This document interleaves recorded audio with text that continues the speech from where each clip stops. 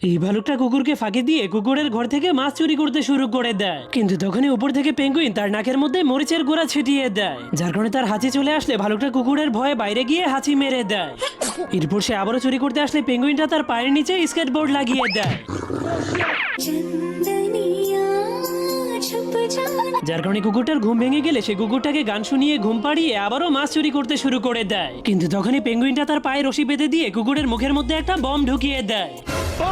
যা দেখে ভালুকটা ভয় পেয়ে রশি খুলে পালাতে শুরু করে দিলে পেঙ্গুইনটা মাছের জায়গাতে কুকুরটাকে রেখে দেয়, যার কারণে ভালুকটা ভুল করে মাছের জায়গাতে কুকুরটাকেই চুরি করে নিয়ে যায়।